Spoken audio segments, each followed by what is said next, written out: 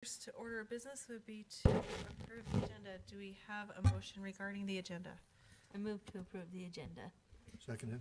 All in favor? Aye. Aye. Any opposed? Okay, unanimously approved. There were minutes included in our packet from September 12th of 2023. Are there any changes or corrections to those minutes that have not already been submitted to staff? Okay, seeing none, do we have a motion for the minutes? I'll make a motion to approve minutes. I'll second. All in favor? Aye. Any opposed? Minutes are unanimously approved as well. We have 4 items on our consent agenda tonight. The consent agenda includes items that are administrative actions where no additional discussion is needed. When approved, the recommendations in the staff report become the actions of the commission. Do we have any objections or comments on the consent agenda items? Can I ask a question that I don't think needs to be moved off, but just what does it mean? Clarification? Yeah. Absolutely, yeah. So where it says the adding individual parcel lines to the townhouse estate lots, which allow for 3 units, are they just taking that parcel and dividing it? Yeah, for some reason, when they initially platted that, they didn't plat the townhome lots. They just plotted the 3 townhome estate as one lot. Oh, okay. And the bank is very eager to have each of those units tied to their own parcel ID. Okay, thank you. So when you have a singular building, but it's 3 parcels, does that just kind of go up through the building? It's just like the standard townhomes, just kind of northeast of you, or northwest of you at County Farms. They're just a line that goes right through the middle of the building, through the common wall of the building. Shared wall. And then, but they're different than a condo plat because they do own, they're a fee simple ownership and they own the land in front of and behind the, but yeah, that where they touch, the line goes through, right through the middle of the wall. So weird. Okay, thank you. Any additional questions? Okay, seeing none, the items on the consent agenda are considered to be approved. We have no items in the administrative session. We do have 2 items on the legislative session, which will each have their own public hearing for anyone who is interested in providing public comment. Our first item in the public hearing is LGI Homes requests amendment of the southeastern part regulating plan of the Lakeside Landing Special District Overlay Zone. And we have a presentation from Mr. Yost. I just hit the wrong button.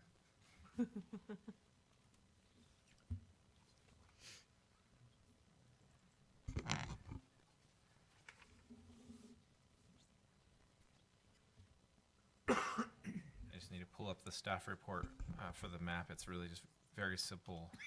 We didn't need a full presentation on this, but I do want to pull up the map out of the staff report so we can talk through that together. If I can remember how to get there.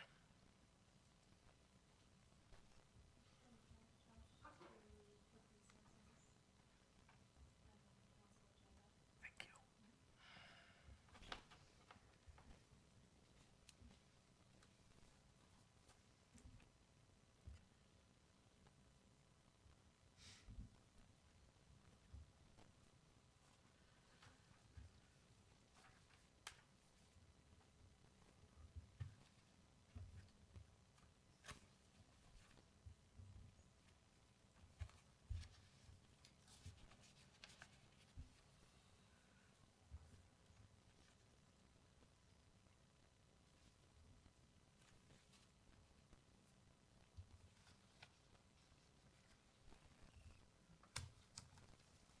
Okay, here we go. So this application was necessitated by LGI Homes plat and or preliminary plat, preliminary subdivision design for their area that they have under control at Lakeside Landing as part of the Lakeside Landing Special District Overlay. That area is the same area for which there was the preliminary plat in preliminary subdivision in the consent agenda that is located here, just directly north of Love's, and also north of the new Kubota dealership, between 2nd South and Center Street, in the Lakeside Landing area. It says 15 acres shown there. It constitutes what we call the southwestern part. You may remember in January of 22, we added a section to Lakeside Landing after the original adoption, this 15 acres that was purchased by an investor and then entitled and sold, conveyed to LGI Homes later that year. The Lakeside Landing overlay gives us, as was mentioned in the staff report, a number of criteria or, elements, vision statements that constitute kind of the core philosophical background of the plan. And those are that it's a diverse, compact, walkable, and street-oriented neighborhood. And as staff reviewed this, and as I wrote in the staff report, felt very comfortable that the requested changes that LGI has proposed maintain those elements of the plan and in some cases improve them. This is the map, so I can walk through these. The primary changes are related to street location and then corresponding block geometry. The first is this eastern and southern road here. This road, although it doesn't continue to the south, this was just hypothetical outside of the Lakeside Landing. That road can't continue, and it doesn't continue to the north. But this road was placed solely to provide street frontage for this T5I area, which permits some of the multifamily type units that are permitted in the Lakeside area. And those units all require street frontage on a public thoroughfare. LGI is building all for sale, single family, detached and attached product. They've chosen not to build any of the multifamily product that's entitled in that T5I transect.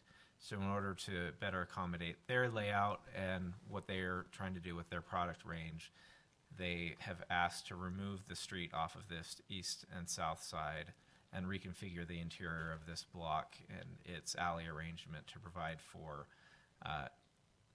essentially 3 courtyard, townhome, and cottage blocks within that block, within this eastern block. So really, we're just removing a larger collector-looking street and using smaller streets, so they're still in and out from the same area. Similarly, this was actually just a residential local street, so it is the smallest street in the area. And while there is, and reconfiguring the straight through alley to be a series of looped alleys around these courts. So where I'm highlighted right now are kind of the green pedestrian courts that those townhomes front on, as well as down here on the south.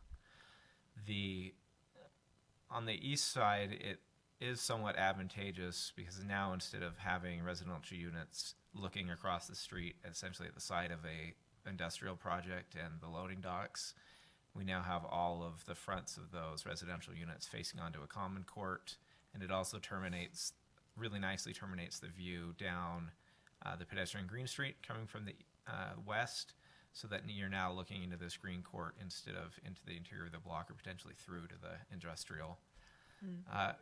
The element I mentioned in the staff report that is less ideal but really still an acceptable solution is the fact that these units from 247 to 258 on the south side don't directly address other residential units across the courtyard, but they do have a generous green court here that will be landscaped with some type of perimeter or fencing on the south for those units. Will that be the front of those units? Yes, those front of those units will face this common court or this greenway here, but will across the perimeter fence or wall will be the back lot of the Kubota dealership. Sure. Is there enough space in these lots to where residents would have the ability to create their own green screen along that eastern portion. Over here. Yeah. So this is all alley here. Mhm. So this will be the back garage of these units, and most of these units are not units with rear yards. Okay. They potentially could be, but most likely not based on the configuration. And then these units down here may have, or some of these units may have some small private side yards or small kind of pocket rear yards, but generally their green space is the common green in the front. Okay.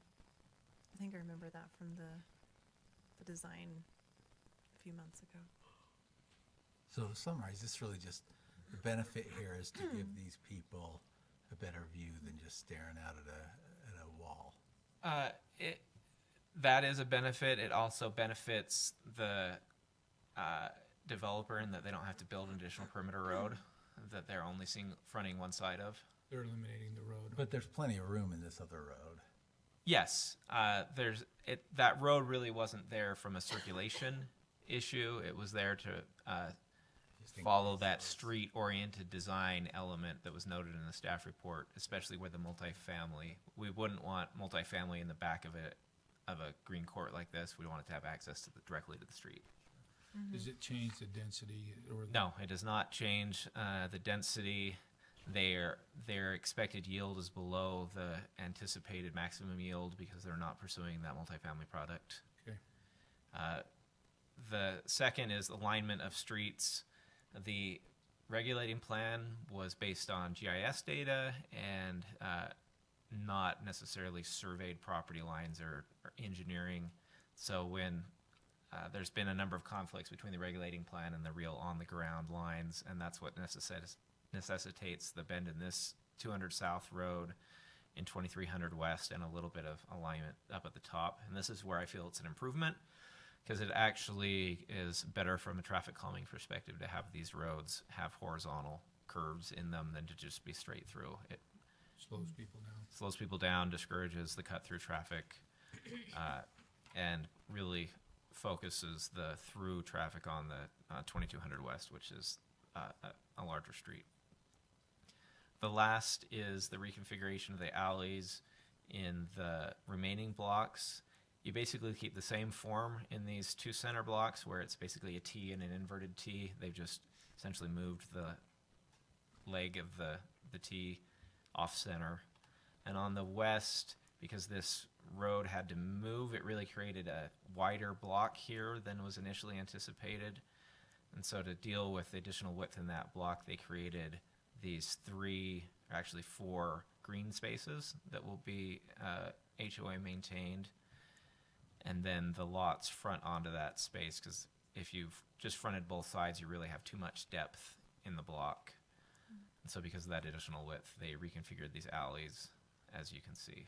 And that's another one where, from the staff perspective, it's really nice now to have some additional small open spaces scattered throughout the neighborhood.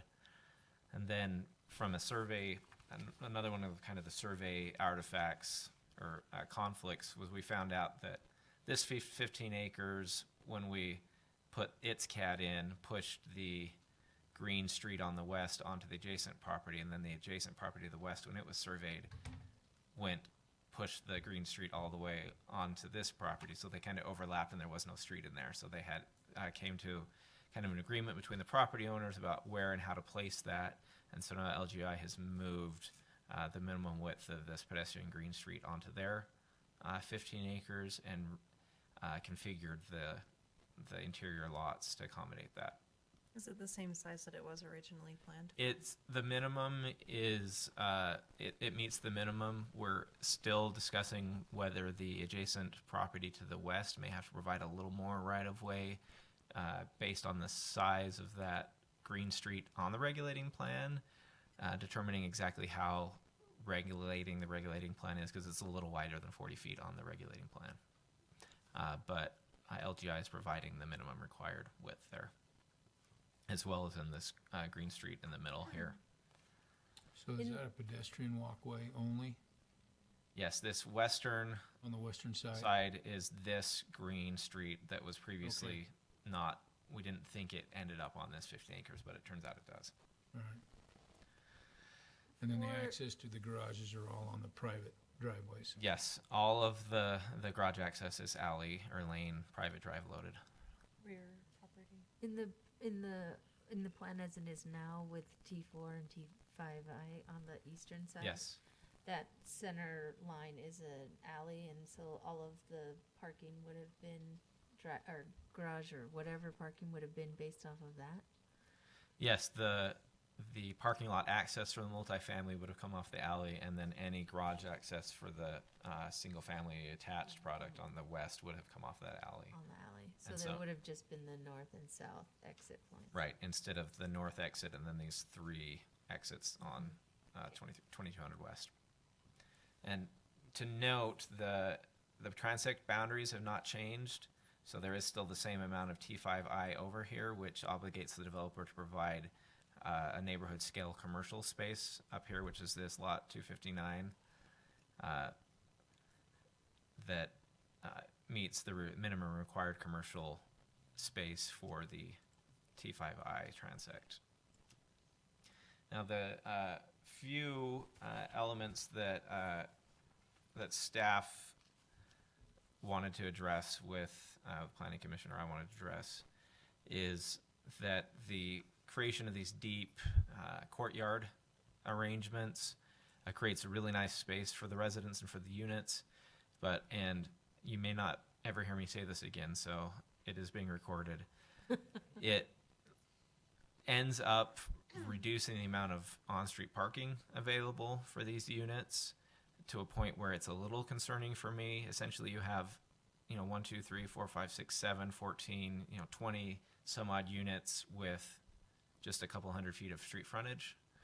So it really kind of limits the availability of visitor parking, and for the people in the back of these courts, the visitor parking is a bit of a walk, is a 100-foot walk from the street. So staff recommends that LGI, as part of their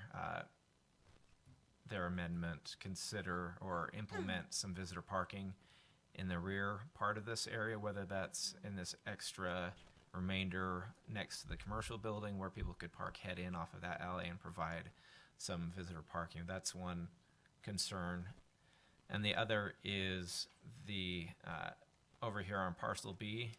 If you look at the regulating plan, there's a kind of cut through from the alley here to the Green Street, and that has been picked up on the north block now from this parcel A through the common court into the pedestrian Green Street. Here there is not one, and this is a relatively long block face here.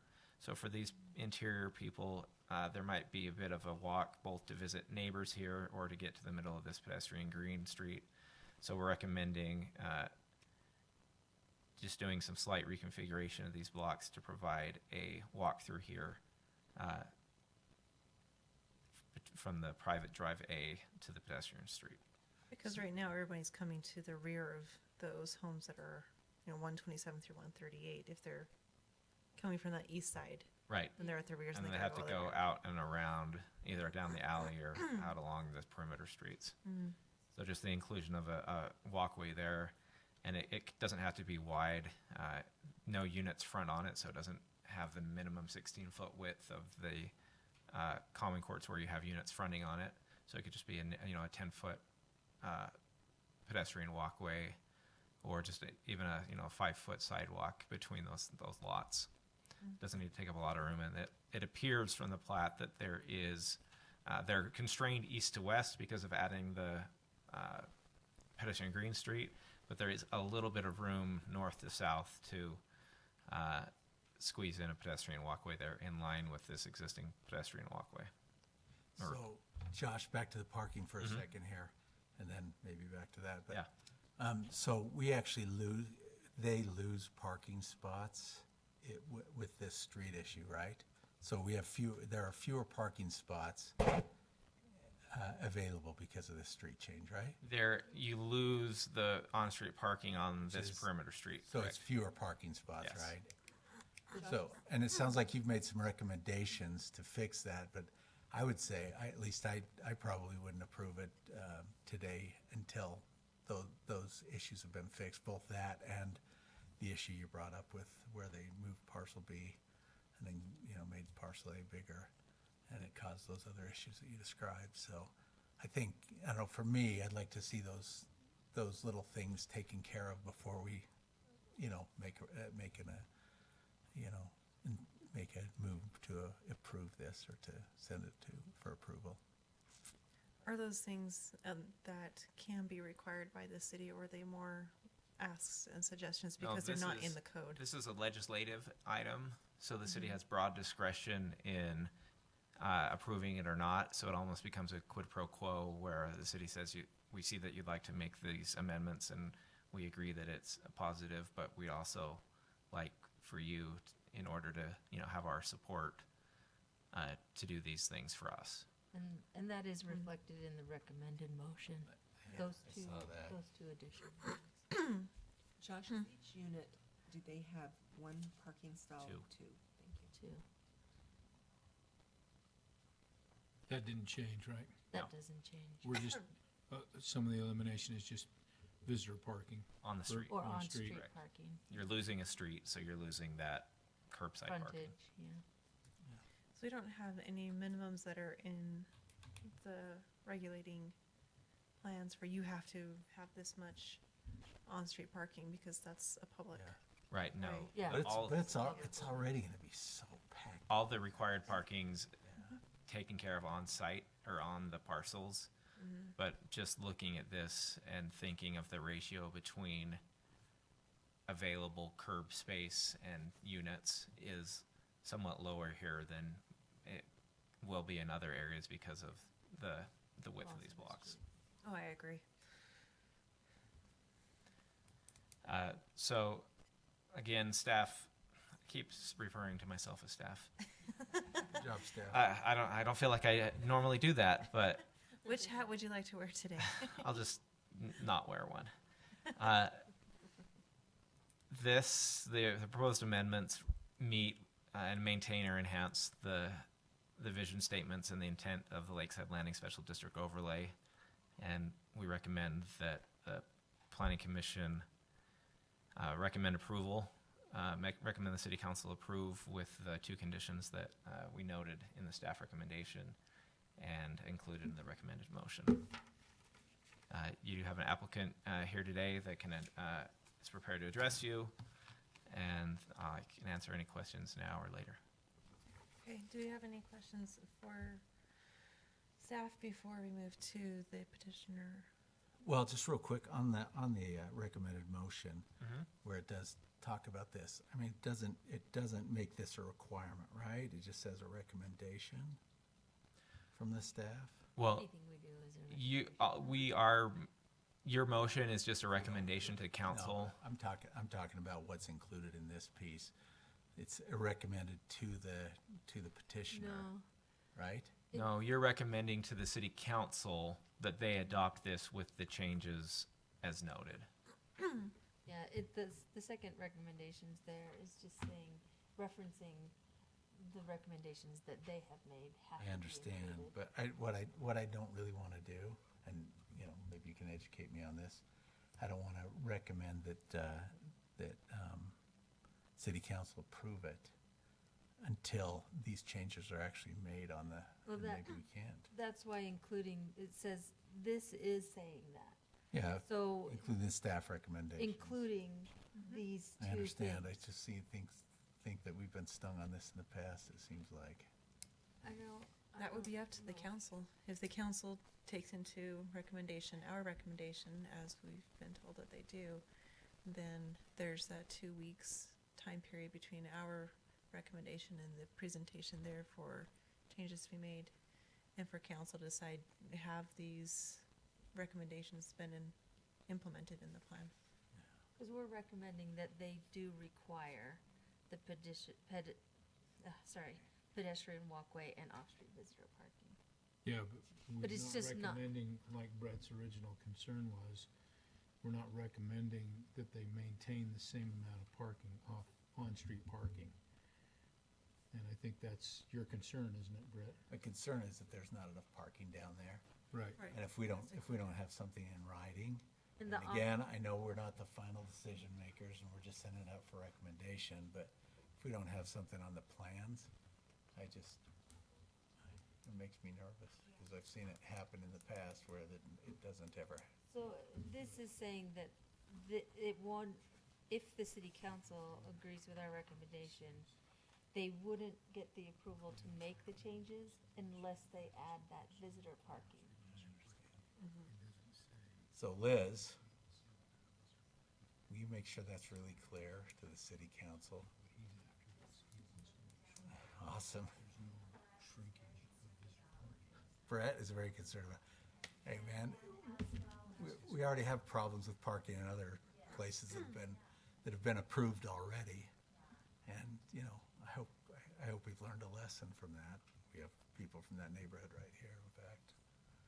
And so I'd hate to see us do it again. So, Any other questions? Okay, thank you. Thank you. And we'd like to invite the applicant to come forward.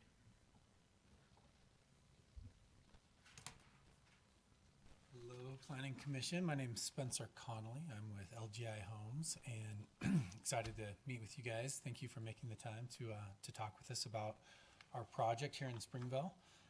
We've been working on this project for a while, and you guys have a real asset in Josh Yost. I can honestly say that because we work in a lot of different cities, and I've been really impressed with Josh and other city staff. So, yeah, so you're in good hands when he's on a project. So we've owned this project for roughly a year, as Josh explained, in kind of giving you all context to the project. We bought it from an investor, and it was annexed into the Lakeside Landing Overlay District. And since that time, I mean, we want to be good working partners. We're willing to make adjustments, and I think we've shown that. You know, it's zoned for high density multifamily apartments. We're not doing that. We are pursuing single family detached and townhome products in all of our project. And then in addition to that, just once we got pretty far down the road, it came to light that the GIS data that kind of informed the creation of the overlay district wasn't exactly accurate, right? Not a total shock because it wasn't a full survey. It was just done off GIS data. But working through that, we've taken the entire width of the Greenway Street on the west portion of our property and put that on our property.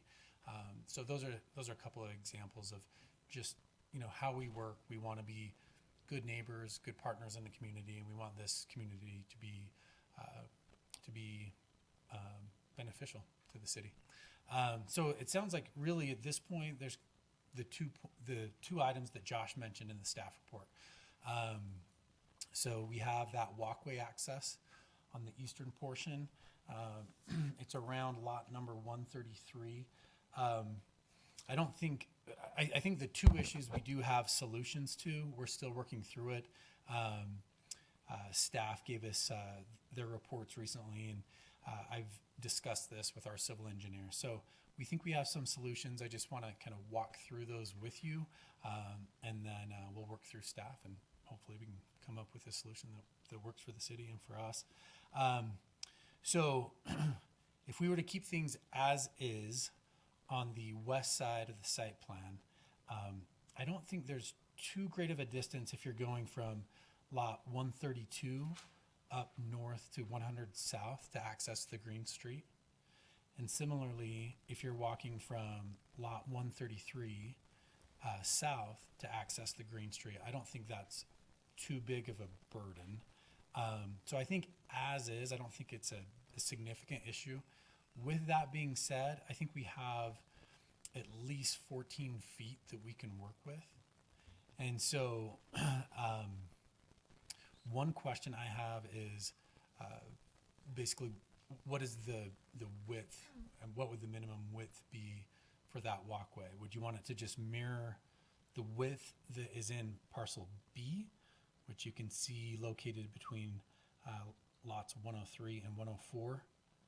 Or is there another width that you'd like to use? Josh, didn't you say it was a 10-foot minimum? Or no? There's really not a minimum, depending on how they design it and design the adjacent buildings. If there's fences for adjacent side yards right next to it, then we would want to give it additional width so it feels comfortable. But if those side yards are open or have low fences, then a 5-foot walk is kind of our standard sidewalk, and that would be acceptable. It's just mostly an access way. Okay, so 5 to 10 feet. Do you have a proposed width for the existing parcel walkway that's on the map? Do we have a That's what? 16. Or parcel B is Right. D. That should Whatever be it's about called. 16. Yeah, and we might be able to get there. One question I have is, Because 104 open, it fronts on that. Is that right, Josh? It doesn't necessarily, but they've carried they carried the width from parcel A across the alley essentially, so it's somewhere in that range. And that one does front onto that. Yes, parcel A has that minimum 16-foot width. Sorry to interrupt. Yeah. oh yeah, no problem. One thing that would help us as we work through this issue is on lots 127 and lots 138, if we oriented those so they were in line with the townhomes that are in between them. So they would be rear loaded from private drive A. We're wondering if the setback for lots 127 and 138 could be reduced from a corner setback. If that So makes sense. Are you talking about reorienting that drive so it's more straight with the 138? Or what do you? Yeah, so the porch for 127 and the porch for 138 would front the green street, and then they would be rear loaded on private drive A, just like their adjacent townhome units. That's a question for Dr. Yost. That's really a platting question, but these kind of interrelated questions. We would have to go back to the lot standards for the lot type that's assigned to 127 and 138. The code doesn't necessarily say that the entrance has to be on the side, but that the architecture and design of the house has to address both frontages when you're on a corner.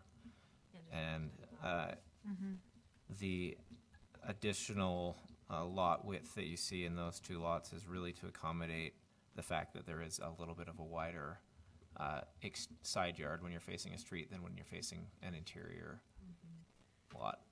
But it's minimal. It's not anywhere like our traditional R1 zoning kind of street side setback.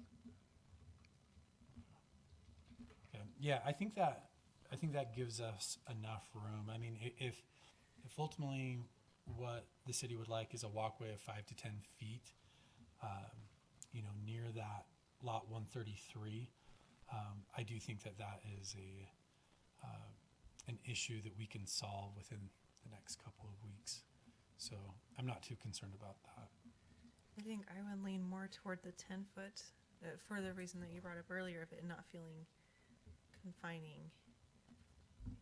If you've got shrubs or fences that are bordering this walkway and Yeah. you can touch both sides. Yeah, and I think we can do that. I think we've got about 14 feet that we can work with, so I think we'd be fine creating 10 feet, maybe even a little bit more. So yeah, we're certainly willing to see what we can fit in as far as a walkway in that lot 133 area. I think that's it for now. I mean, our team will continue to work with Josh and his staff on that issue. Before we move on to the parking issue, is there anything else on that you'd like to address? Anybody have a question?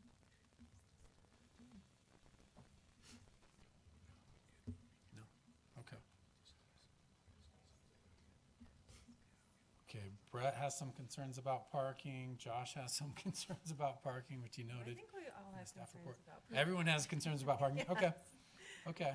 So I think we have a solution for that. So on parcel G, and I'm not sure, are you all able to see attachment 1 on your screens? Yes. Okay. We can see what you can see right there. Okay, If you perfect. can enlarge it just a little bit on the Yeah. screen, it'd be really helpful. Kind of zoom in a little bit. Is that me? Am I the one that can enlarge Yes. that? Just control scroll. Okay. Josh must have great eyesight. Yeah, we're kind of squinting at this just a bit. Putting those. That's great. Yes. All right. So go away. Go away. It will. Okay. All right. Well, there we go. Want to go up, I guess. Okay. All right. So this is the area that there's a little bit of concern with the parking, which I think is a reasonable concern. Right now they'd have to come from 2200 West if they were visiting somewhere, as far as, the far east side, Private Drive E. So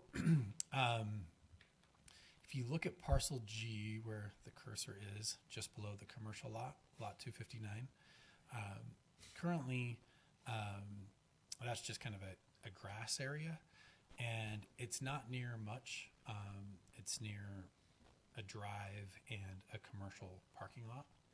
So there is enough width there in that parcel G for 14 parking stalls. And if you count up all of the townhome units between lot 215 to 221, and then from lot 234 down to 240, that is 14 units. So potentially each person or each townhome owner could have a visitor over at the same time, and presuming that their 2-car garage has both parking spots full, the driveway behind it has 2 cars there, there would be space for an additional person to park in that parcel G. So we think that is a really viable, pretty simple solution to that. And I'm wondering what the Planning Commission or staff has, what thoughts you would have about that solution. Remind me what goes in on 259. So 259 will be a commercial piece. So that is within the 15 acres that LGI owns. We are not a commercial developer, so most likely we'll just develop our project, and someone will buy that parcel and develop it.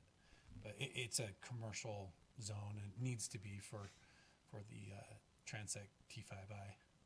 So then would you separate off parcel G to where it is only available as visitor parking to residents and not a spillover for the commercial? Yeah, and I think just reasonably, just the way people drive, when they go to the commercial lot, they're going to access it through Center Street.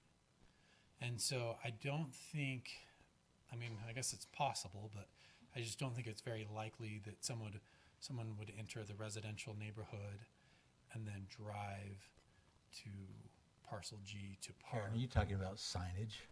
Signage or physical barriers or both. And it could also be people from within the development who want to go to, say that's a restaurant on 259, who would also be coming from internal and may find parcel G a little more accessible to their Sure. uses as Yeah. well. Yeah. But if we're counting on that for being residential overflow parking, some way of making sure it stays that way instead Yeah. of turning into Yeah, commercial. we could certainly have, because we will have an HOA to maintain the green space and things like that. So we could do, some parking enforcement there, and have signage and say, for residential visitors only, something like that. So does that seem like a Because I think reasonable? most places with townhomes, they have an area with signage that says visitor parking, and no one else gets to park there, and they'll even, we own a couple of townhomes over in Spanish Fork, and people are towed on a regular basis. They're using that as permanent parking. So I think signage would be great. Yeah. And 200 South, that's parking on both sides, right? all the main roadways are parking on Or both sides. 2200? Where are you? 2200 west, the one that Oh, maybe it's, one that goes north-south. The squiggle lines? no, the 200 south. Down at the very, very bottom? Yeah, Okay. just thinking of like the people that are in that southern section, there would have been a road there with parking too, but they do have, There's parking at 200 2200, south. right? Yeah, and 2200. Yeah, you can park yes. on the sides of 2200 west and 2300 west. Yeah. What is parcel J? Parcel That's J is Is it going to more be green? a greenway, Okay. and keep in mind that is on the other side of the Kubota dealership. Just a little bit of a barrier so they don't front door to a Kubota back end. It doesn't want So for staff recommendation, can we add some of these details to that staff recommendation? Absolutely, you have the prerogative to make whatever motion you'd like, and I can help you formulate that. Because I agree with you, Karen, 10 feet on the first issue, and then if we can do 14 stalls with signage and specify that in the staff recommendations. Yeah, I think you just state that in your motion. Because if we didn't approve this, it would push it back how long? At least 2 weeks. You can approve with conditions, correct? And that's- Yes. Right, and we're not can making an recommend. approval here. We can, the planning commission has the ability to include any element in their recommendation to Yeah. council. And as long as the staff recommendation contained in the report, I'd love to see the report adjusted, or do we have to put it in this actual? No, if you just, in your motion, state, we recommend approval with the conditions that a 10-foot path is added in the vicinity of parcel 133 and that 14 visitor stalls with restricted signage are placed in the vicinity of parcel G, then that's the exact motion that goes to the planning that goes to the city council. If you were the city Karen or council, Genevieve Having the rewording A, it, not me. Instead of having just Yes. referencing back to what the To the staff had report. said, Yeah, you would instead yeah, I'm said, good at if we add that. Yeah. state that additional pedestrian walkway will be a 10 minimum feet. of 10 feet in the area or vicinity of And parcel 133. Brett's come from council where if you're making a change to an ordinance, you actually have to physically have the copy that reads properly in front of you before you adopt it. That's why I But that's struggle not- with we this a little. don't. But I here, understand, but I still struggle with it. you just include it in the We've had motion. bad experiences in the past. Yeah. Yeah. It's a little weird going between the two Yeah. bodies. Are there other concerns anyone would like to bring up? Or recommendations? Questions? So parcels A and F and D are they just open green space, or what's your vision for those? Yeah, so A and F, so you'll see A and F at the top near Center Street, and then you'll see C and D at the bottom towards 200 South.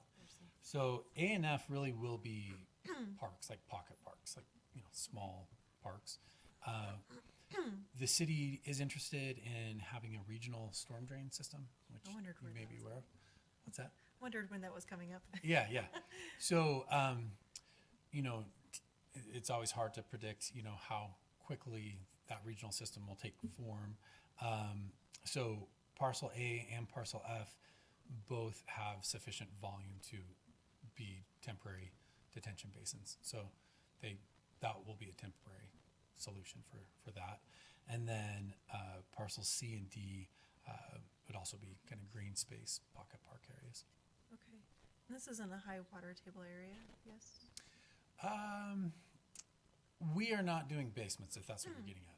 No, as much as I live on the west side of town where we don't have basements because there's high water table, and we have some of these water retention areas, one of which is a park, and we have problems of the grass getting a bit swampy Oh, yeah. because of Okay. those water areas. So if there's a way that you can coordinate with Parks and Rec or somebody to be aware of those issues that already exist in the city to see if you can mitigate them here, that would be Okay, beneficial. and is that concern mostly for parcels A and F? Yeah. Okay. Okay. Yeah, we can look into that. Just as a side note. Yeah. That's good.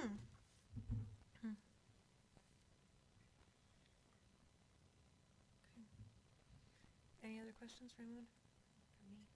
Okay. Thank you for your Okay. time. Yeah, thank you, Commission. Appreciate your time. Okay, do we have a motion to open the public hearing? So moved. And a second? Okay, all in favor? Aye. Aye. The public hearing is now open. Anyone is welcome to come address the commission. We just ask that you come to the microphone and state your name and address for the record. No, you want to.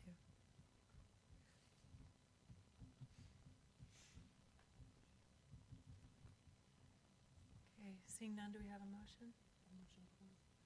We have a motion to close Seconded. from Ann, and second. All in favor? Aye. Aye.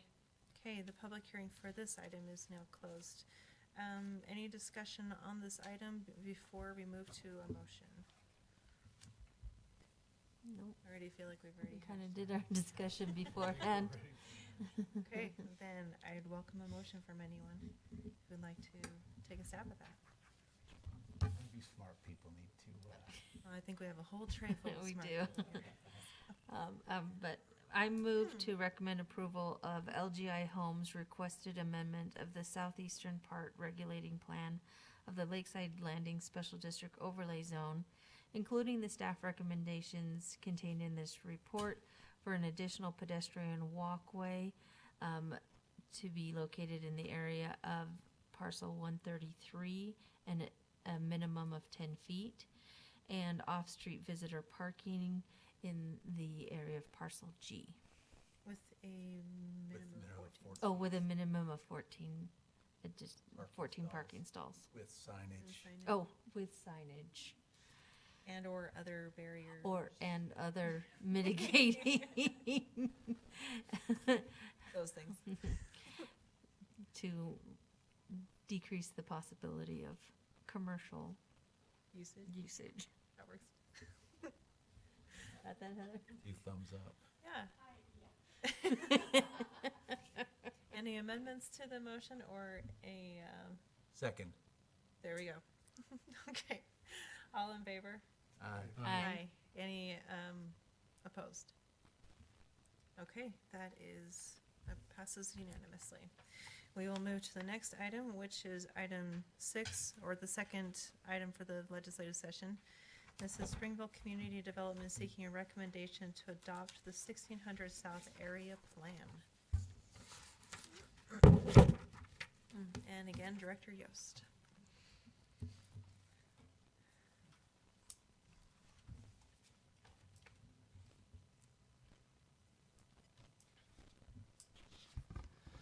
Thank you. Some of you may be familiar with this plan. It's new to others. We've been working on this since the fall of 2020. It has. Did we have like an ad hoc committee or anything for that? We did not have a citizen steering committee. We had essentially a staff and stakeholder committee, and we've gathered public through different engagement activities along the way. The this planning process really involved 2 separate planning methods or planning techniques. The first is a scenario planning exercise, which we conducted in an area limited to a quarter mile on either side of 1600 South. What this scenario planning process does is essentially put all of the aspects of the planning area into a computer system so that it can quantify the decisions that we're making. And we use that computer system and gave it parameters to develop a couple different scenarios. And this isn't like an AI or anything. we tell it what the scenario is, and then it gives us the outputs. And so in the beginning of the process, we evaluated multiple scenarios that included different mixes of commercial and residential, different kind of residential product and commercial products, and looked at the potential outputs of those in terms of product yield units and square footage, traffic, utility use, walkability in terms of how many daily services or destinations are accessible within a walk or a bike ride, and other elements, and compared that to existing utility capacity, the planned road network, and the scenario also developed fiscal impact outputs that gave us as a city an idea of what the economic performance of the different scenarios were. And working with the city council early in the process, we selected a preferred scenario and then finalized the planning for that scenario. What we did after we had the scenario area kind of pinned down, as we extended those assumptions or the planning decisions that have been made in the narrow corridor through the southern boundary of the study area that's contiguous with Spanish Fork, using similar land use types and land use mixes, and making adjustments to that to account for the increasing distance from the corridor, the decrease in density as we move away from what we view as the center of this neighborhood, and arrived at a site regulating plan, which is quite similar to what you see in the Lakeside Landing Special District overlay. In this case, it is not a regulating plan in the sense of it being a zoning map, but it is really more of a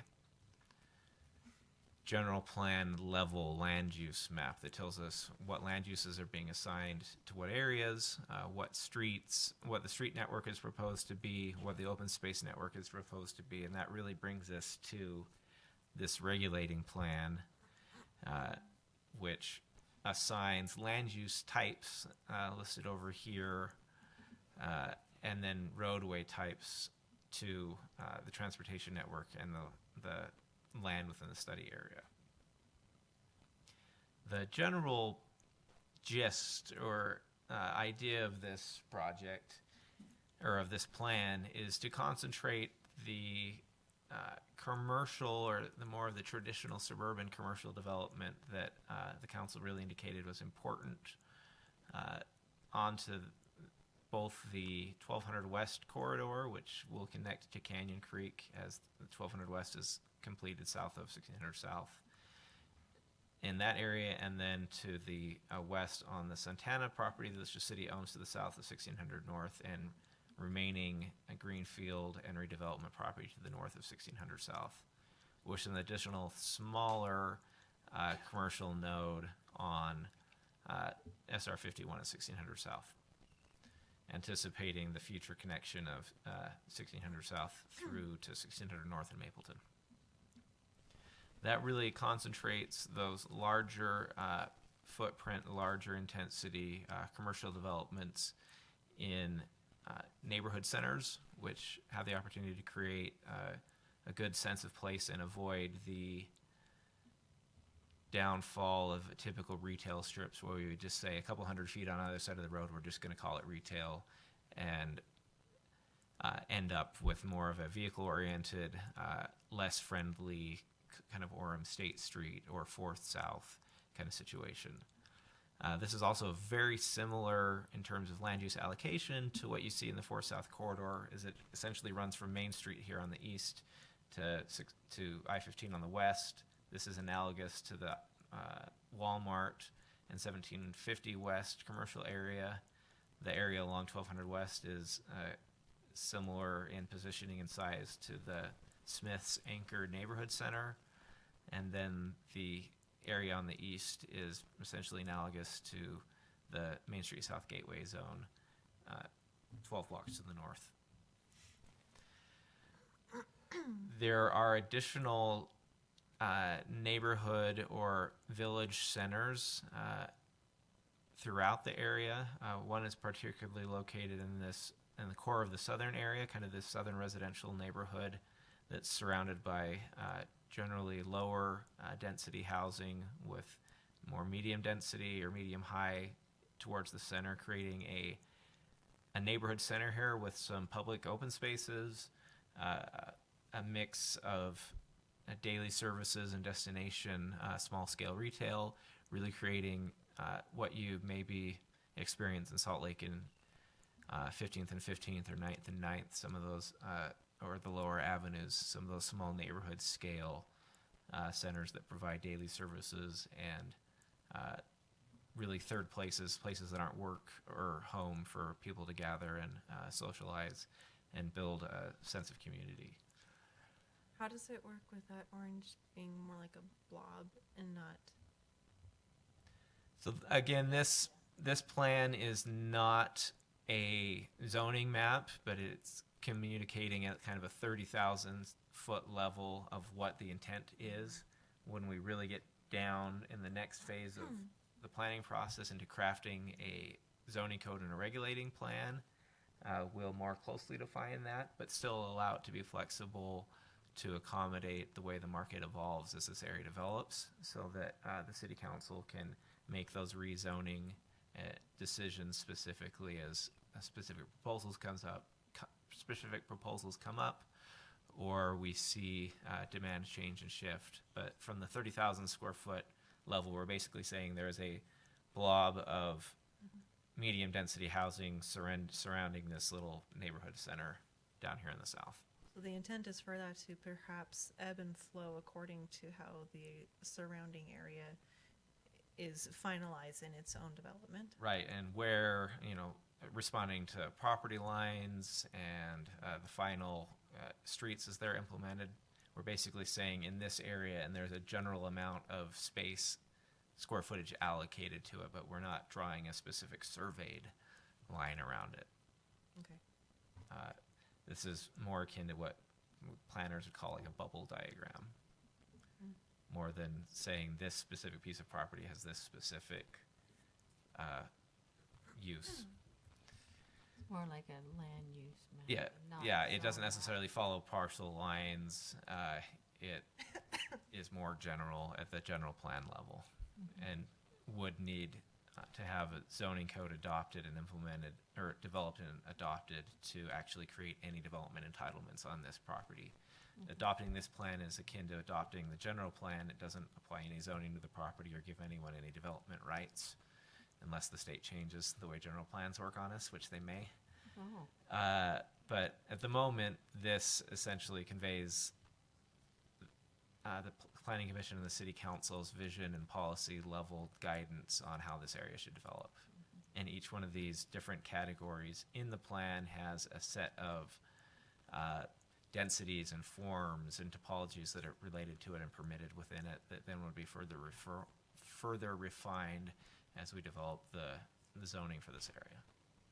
And we'd really like to do that in concert with the general plan and in concert with updating our zoning comprehensively so that we can avoid creating another kind of one-off zoning for this area like we've done for Westfield Central or Lakeside Landing, so that we can come up with a comprehensive zone or zoning update so that we have the tools we need to implement the plan, but that they can also be used to implement zoning across the city, so we can have more of a unified, coherent zoning ordinance instead of continuing to splinter it. So it may be there may be a bit of a period of time between the adoption of this plan as a general plan and the adoption of new zoning to implement it. I'm having a little trouble differentiating between the colors with mixed-use lifestyle and the medium housing. Is the only section of mixed-use lifestyle the circular sort of section that's in the south region? Yes, I have the same struggle, and especially with commercial retail mall and commercial village mixed. Yeah. That was medium housing. So that mixed-use lifestyle is only located around that southern node. Okay. But blob? The blob, Blob. the with the two green eyes. I can tell the difference between those colors. But this one you don't have to spray with fire extinguishers. I shall never not see that. The transportation network provides all the connections that our transportation plan calls for, and provides additional connection, especially in this kind of southeastern quadrant. There's a lot of property ownership, grade, and environmental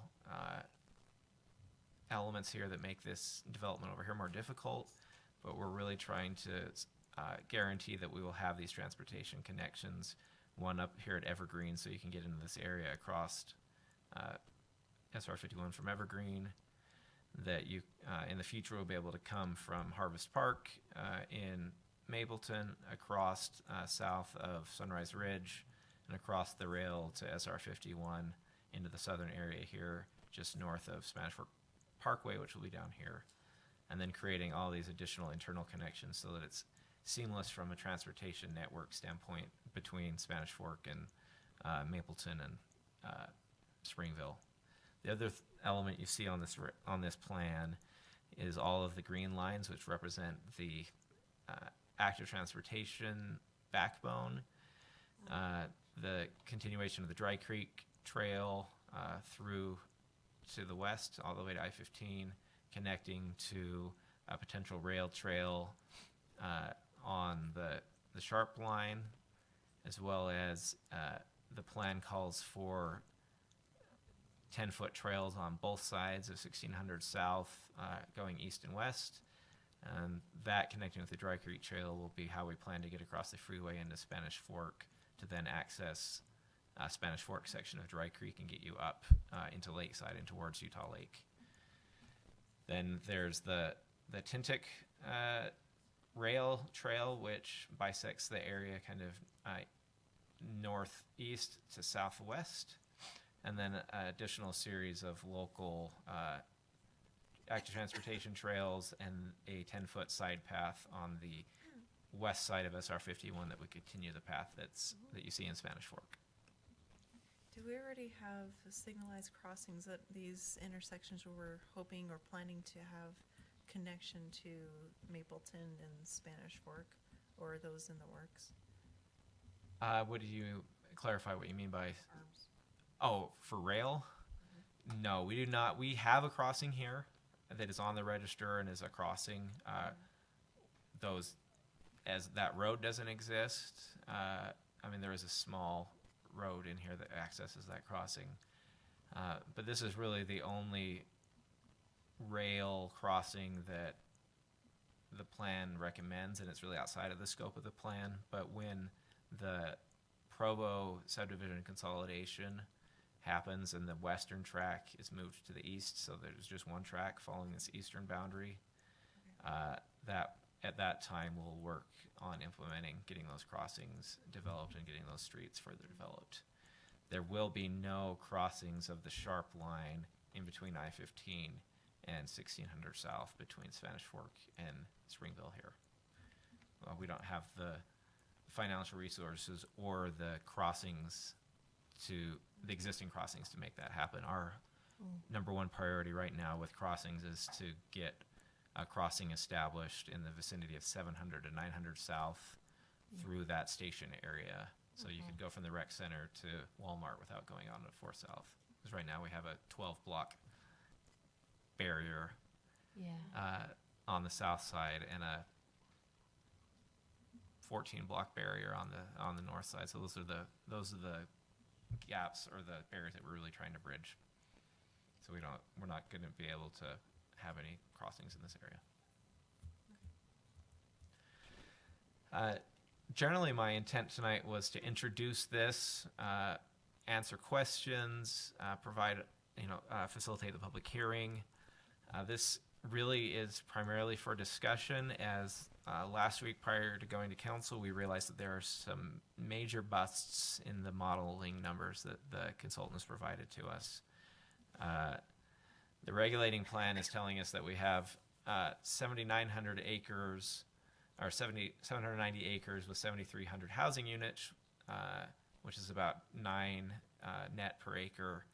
And that would yield at our current kind of 3-person per household, 21,900 people, which was not at all what we were expecting, because all of the numbers for parks were ran at about 12,000. So we have 60 acres of park based on a ratio of 5 acres per 1,000 residents. So we have here, extrapolating the housing units gives us 21, or close to 22,000 in population. The number we were using to plan parks was 12, and then in a table next to this housing units table, it says that the proposed, or the anticipated population of 7,900. So we have kind of a factor of 3 almost variation in what the plan is telling us to expect, and so it's just not something we can move forward towards adoption or even a recommendation. It also, when you do the math, which I separated out all the residential, it says that this plan will yield 7 million square feet of commercial space, which if it was straight office, warehouse, or industrial, I could maybe see that happening because Spanish Fork is hitting those kind of numbers. But with that being approximately 28 super Walmarts, we feel that there's something wrong with that number.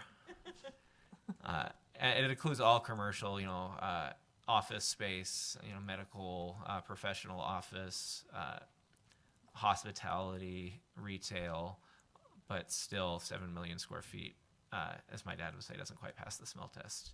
So we're working on refining those numbers with a consultant team and trying to understand better what the anticipated yield is. Because in a project like this, small percentage changes in anticipated yield can result in pretty big absolute numbers on the back end. If we go from 9 units an acre to 7 units an acre over 300 acres, that's a lot of units. So we need to be confident in those numbers, and those were the last numbers that we really got out of the consultant team for the whole area, not just that scenario planning. So that's what we're pursuing this week, is really working hard to make sure that if the Planning Commission and the Council are comfortable with the general framework of the plan, where we've allocated land uses, where the streets and parks are, and what kind of character those areas have, we'll go back and get the numbers working right. Pretty simply, but if there are major concerns with the overall direction of the plan, with land use allocation, street network, any of those kind of things, those are things we need to get into and address, and would be more substantial work. So that's really the intent of my presentation. I know there's a lot of plan there, and I talked about it very briefly, but I'm happy to answer any questions now or following any public hearing and ongoing until we get this ready to come bring forward for a recommendation. So if we really did have 22,000 people come in here, plus however much we have at Lakeside, 6,000. 6,000, and other planned development, what does that look like for our street capacity and for our other pipelines, sewer, that kind of infrastructure? Yeah, we're built for 55 to 60,000 right now. This building, our sewer collection, our plant, we know the plant's not gonna make it to 55,000. Move it. I'm right downwind from it when they clean out the Nestle pretreatment building, so I get rancid lasagna smell. Have some of that today. Or put it inside a building like they're doing in Provo. But so that's kind of where we're anticipating. But if we look at, say we're at 37,000 right now, we add 22,000 to that, and that gets us to 59. And then we have another 6,000 in Lakeside, and now we're at 65. And then we have the whole station area left, which could be another 1,000, 1,500 units.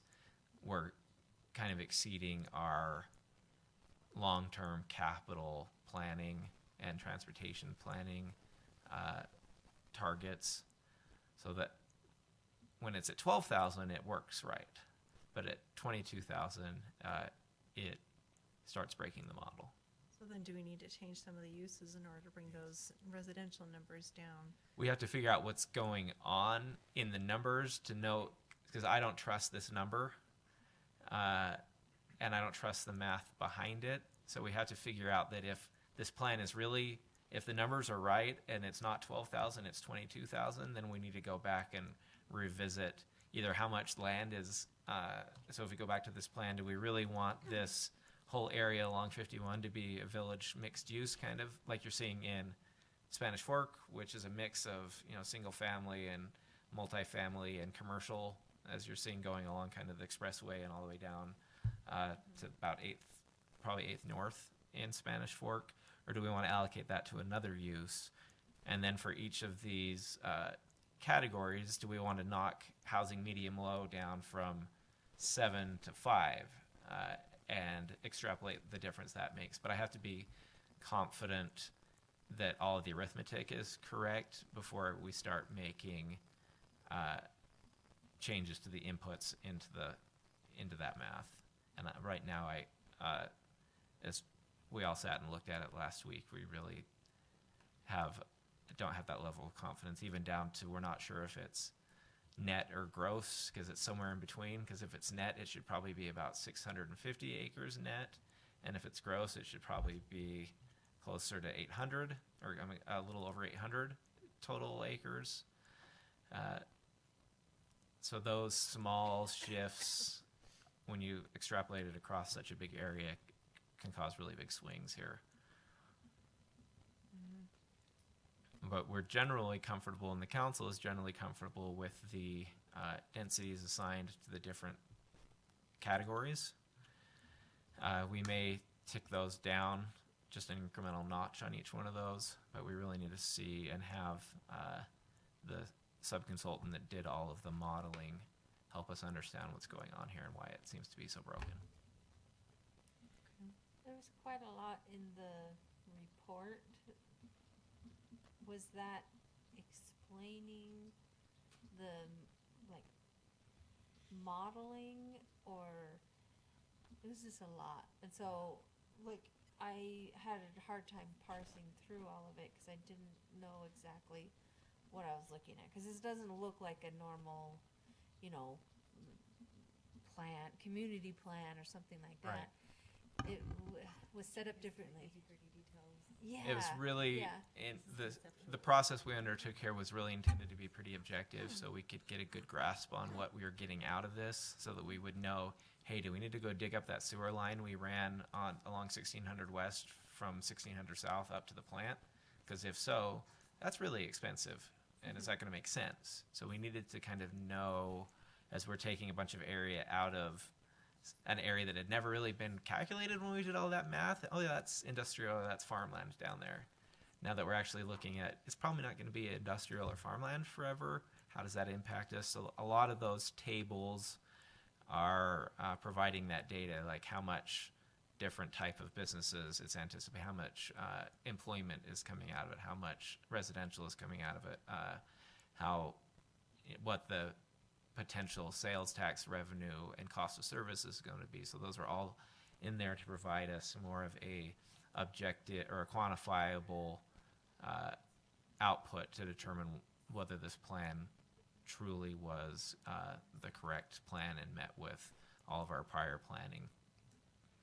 So does it include multiple scenarios, or just the No, final scenario that you just the chose? final scenario? What is kind of confusing, and I still may push more on this, is that they have a set of numbers for the corridor, which is this area in the middle. Sorry, I'm touching the screen with my finger, like you can see that. This area in the middle here. Okay. It's like when my son holds things up to the phone on a phone call. Look at this. I was like, it's not a camera, buddy.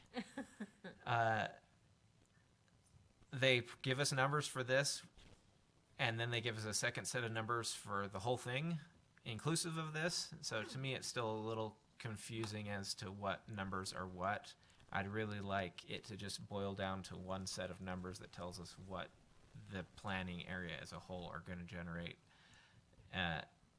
Because the corridor planning, the scenario planning was not the final result. It was a tool to advance us towards the regulating plan and help us make decisions, but it doesn't constitute the final plan. So I think it's confusing still So the that you have the scenario plan and then you have the bigger regulating plan, and it seems like two different things when it's really not.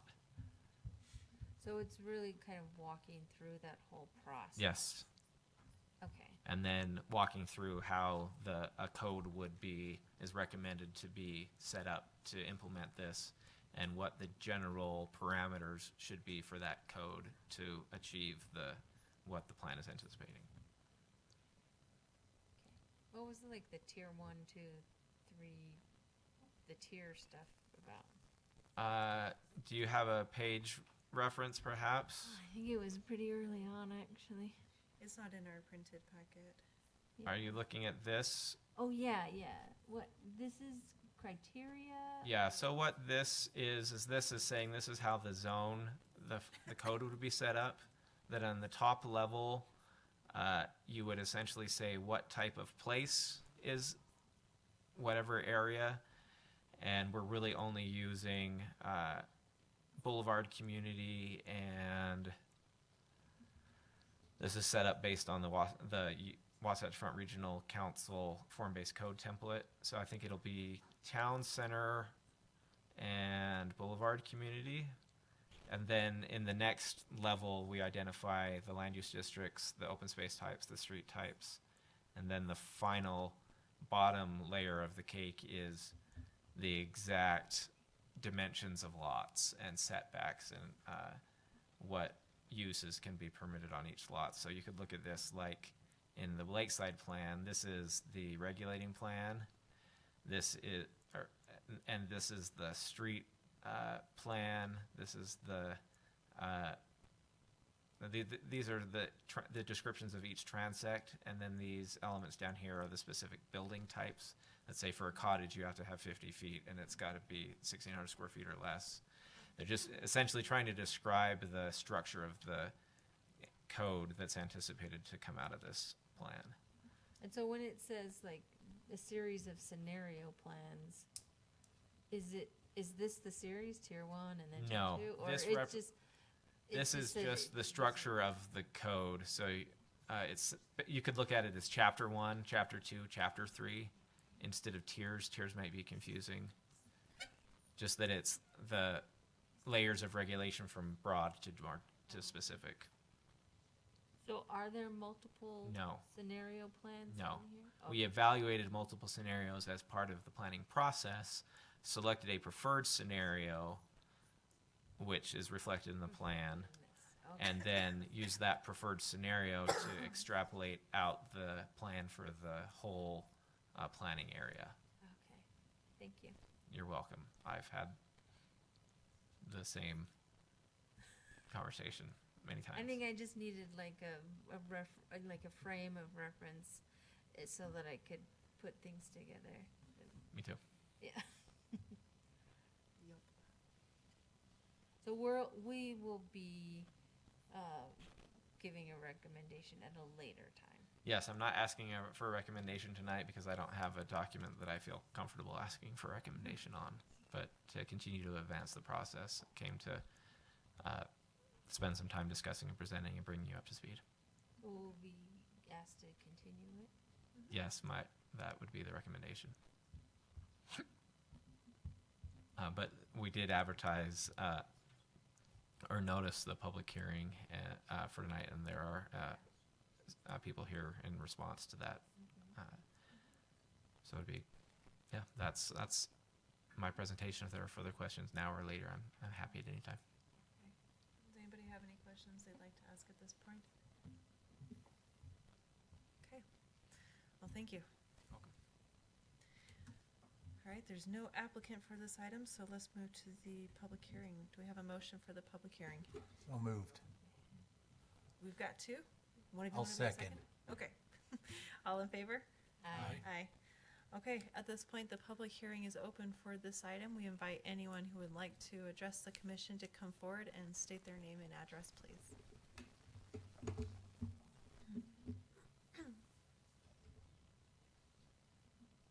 Hi, I'm Shauna Oles. I live on 791 West, 1450 South, which is in the little light yellow homes that are already built there, north of Okay. 16th South. Nah, I don't have my glasses on. Anyway, Josh, I have a question. What are the green spots? Parks and open spaces. Parks and open spaces. Okay. So you got this little itty bitty one. Okay, I gotta use the cursor, I guess. Right there. Is that gonna be an open space? Yes. It doesn't say it's exactly that shape and it's exactly right there, but generally in that area, there's a certain amount of open space that is planned. Okay, so question on this. You know my feelings about parks. We've gone through this with West Roads.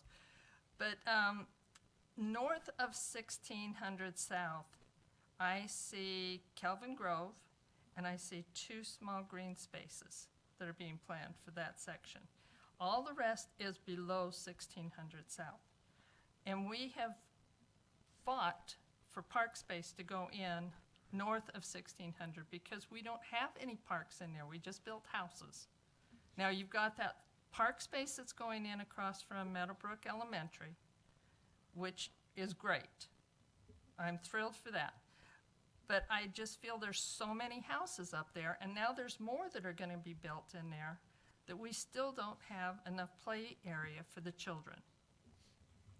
So I want to put that out there, and I also would like to know, and maybe you mentioned this on the railroads, that little one that goes through, it's the spur that goes down to Spanish Fort twice a week. That railroad crossing, is that going to be addressed on 1600? It's the little one that, That you know you- which one she's talking about. Are you- Closer to 950? Would you like me to answer? Yeah, please. The Tintic crossing, the diagonal crossing at 12th West, I don't know where it connects. There's no street there. It's by the utility station. by the substation. Yeah. Yeah. Is that going to be addressed in this and taken out? The plan Railroad? is, that's a separate project, but this plan does reflect the plan for that to be converted to removed as well. to a trail. Okay. Yes, we don't know when that's going to happen Right, yet. I We're know. still working on it, and we've asked UTA to fix that crossing in the interim because it's horrible. bad news. Yeah. Somebody's Uh, going to get killed there eventually because they don't fix it, and you've got those holes, and they're going to Yeah, it's not get it good. and go off. So bad for your Uh, car. The eventual final project is that gets taken out with the rebuild of 1600 South. But if we can't get that realignment, which is tied to the Sharp Tintic realignment over by Kelvin Grove, if that all doesn't get done before they get there with 1600 South, UDOT may just build a 5-lane road And leave that in. and leave that little piece Oh. in the middle and then build a 5-lane road on the other side of it. Won't that be fun? So we're, our administration and Public Works are working diligently with our congressional delegate, with our state delegation, and with UDOT and UP and UTA to try to resolve Is those there- issues. Is there anything we can do to help with that, with the railroad? Contact them or contact somebody that we can put in? It may not hurt to just call UTA every day and say, hey, this is bad, because it's actually UTA's line. UTA's line? Yeah. Do you have a number that you could give to us? I'm sure I could Contact? find one. The customer service number, I could look it up for sure. Okay. And share it with your neighbors so there are multiple points of contact. Oh, believe me, I will. And then the gray area right here, north, is that going to be what's there now? The storage units and the concrete plant? We and don't bean anticipate dolls? the storage units going anywhere. They're pretty durable, but we would anticipate and work to encourage the Altaview plant to relocate. Okay, and Dean's Excavation Company? Similar, yes. There's no plan for the city to go in and take property through some eminent domain process. But the most powerful tool we have is to change the zoning to something that makes the land worth more than it is as a concrete batch plant, and that people often respond to those economic incentives to say, hey, I'm sitting on very valuable property. Maybe I should go find some cheaper property. He's told us he's been offered multiple times, multiple Yeah. thousands and hundreds of thousands for his property. But last question. Are you going to put in any spaces for, like, services, for fire services? Are we going to need more down in this area because it's growing so much? And churches and schools? The school district is acquiring Don't they have a place up in here? they have what's going to be close to 80 to 90 acres in that Isn't it this area there. They've recently completed or in process of purchasing a number of additional parcels in addition to what they already have. They're very aware of this plan, and we've shared all this data with them, and they're addressing their needs in terms of providing their services. On the other side, in terms of our public safety services, we have the capacity on the police side to serve essentially our anticipated build out of this building. It was built in anticipation of that, I've and seen it. police are mobile. You've been up there and seen the empty floor. In terms of fire and EMS, they are currently evaluating building another substation in the Westfields area that would serve this area in Lakeside and would create the response time coverage that we need. And is the LDS Church showing any interest in purchasing parcels? They We're already crammed. They always come into these processes at some point as they see land use coming and make decisions to acquire as they see that they need to. But generally, aside from local ecclesiastical leaders that are involved and aware of these plans, that's primarily the conduit that we use to communicate. Okay. I'm done. Thank you. Thank you. Thank you. Parks are great. I'm Jordan Tripp, 843 West, 1450 South. That's my mom. She's my neighbor. So I'm kind of following up a couple questions on that with the, oh, what? I got to do this here with the mouse. Okay, right here, we have the rodeo. Are we moving that? There is no plans for the rodeo grounds to remain at that location. Okay, and the, what is it, the Packet Park and Save, what is that place? Pull and Save. The Pull and Save is over there. We have the bus depot all down here on this line. So are we just going to pull everything out of there to put housing and stuff in? We're not going to pull anything out of anywhere, but we are going to adopt a plan that conveys the city's intent for the future development of that area, and then individual property owners will make their decision how they want to respond to that plan. But we're not going to go in and take any property or force anyone to relocate. Okay, so if they move, where, like, that's, for me, looking at that just showing, if they decide to leave, it's kind of, where are they all going to go? We're going to force them out to bring new blank spaces in, because there's so many open businesses that are still blank here in Springville that are just open for lease, but it's like, are we going to newer and greater? Is that kind of the feel of that? Help me understand a little bit more what you're at. So we're going to bring in mixed village commercial and commercial retail over here. There's already commercial retail and things here. So you got the cement plant, you got that Yeah, Pull and Save, you got all that. those aren't what we would consider the kind of uses we want in the area. No. So I guess in the way Yeah, yes, but we're we looking have for like bigger empty and pizza better. places. We have like a dozen Taco Bells and McDonald's and all of that. Like, that's all that this city's bringing in. So what is the incentive to bring in businesses to Springville? Because it's all going in Spanish. We got the Target down there, Home Goods, TJ Maxx, all that, Hobby Lobby. But there's no other like big names that are coming here besides little mom and pop businesses that are going out of business right and left.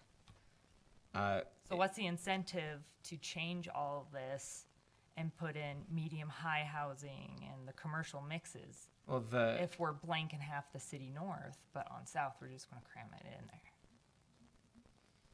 I'm not sure I understand the last part of your question about this, the blanking this. I drive north in Springville all the time, and they're just for lease on a lot of buildings everywhere, especially on Main. There's quite a few. Okay. There's a lot of mom and pop businesses that are coming up, going out of business. There's a struggle there. But what incentive are we going to bring to Springville to redo this whole area for a walking space? But what businesses are we going to be bringing here to the city that aren't local insurance companies, whatever?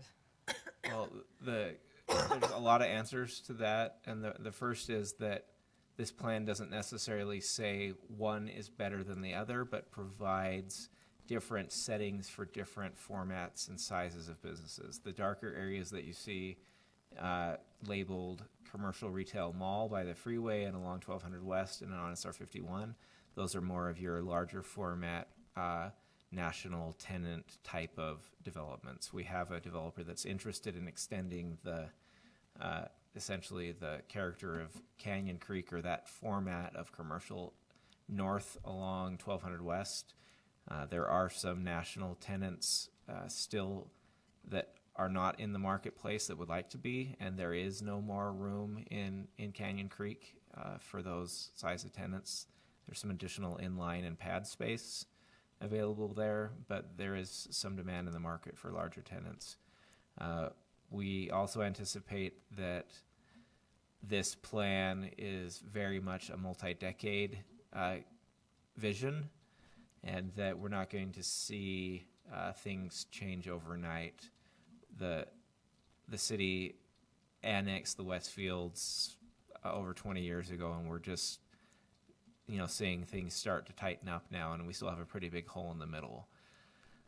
So what we're really conveying with this is that as development happens and as the market moves, this is how we would like to see the area develop, and we're trying to create the type of places in terms of zoning and design guidelines and transportation and housing types to be conducive to those types of businesses. So if we can create the number of housetops within an area that is walkable and has good access for vehicles and bikes and people, we see across the state and across the country that those areas attract tenants that are kind of what you're looking or what you're referring to more as the mom and pop or the local businesses, but that are essential for these areas to function and serve people's daily needs. But we're also not specifically going out and doing incentive deals with large national tenants to try to bring people into the area, but trying to set the table in such a way that what is likely to happen is what we want to have happen, as opposed to another car salvage lot and another bus yard. That's all. Thank you.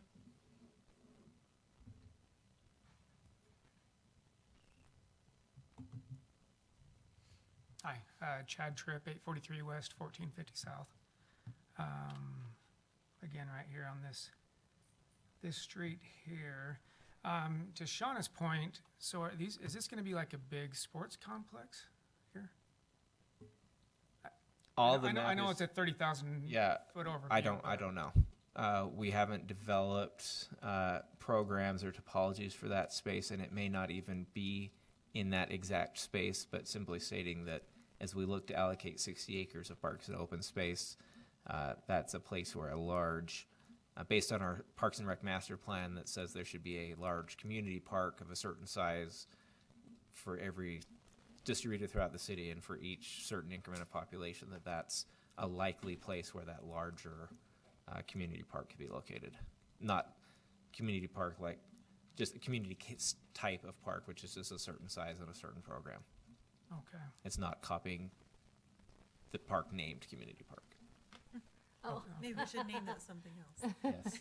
That's a category of park and also the name of a specific park. It's reflective of a few things with that We park. could call it the unfinished park. Yeah, we'll just call it Unfinished Park. It is. And then my next question is what is considered medium housing? Like, what are these townhomes? Are It's that housing medium is primarily single family attached product, and then the medium low? single family detached. Okay, so is there any way to recommend, so when you have an existing neighborhood, kind of like what we've dealt with over there next to Meadowbrook, the Westfield, where you've approved and placed the much taller, bless you, Sorry. much taller units right in the backyard of the existing homes.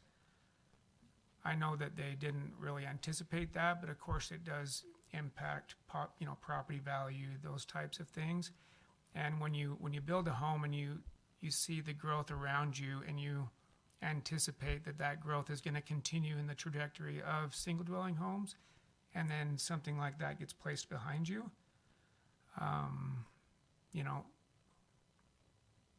super impacting.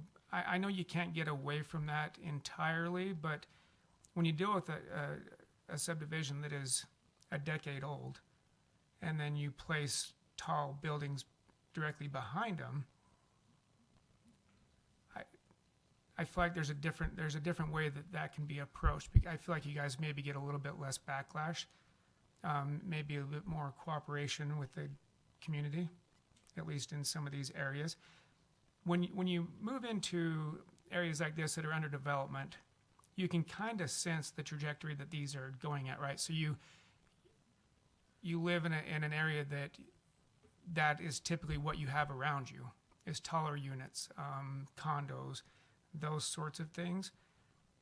When we moved there, it was just single dwelling homes. And now we're starting to kind of see these taller units going in. I guess my main ask, just so I don't beat a dead horse here, my main ask would be, why could we not in my backyard specifically, and yes, I'm going to be a little bit selfish around that, but I also don't want to dismiss other areas, even right in this area here where it's right across the same subdivision, where you're going to be placing potential, medium housing there.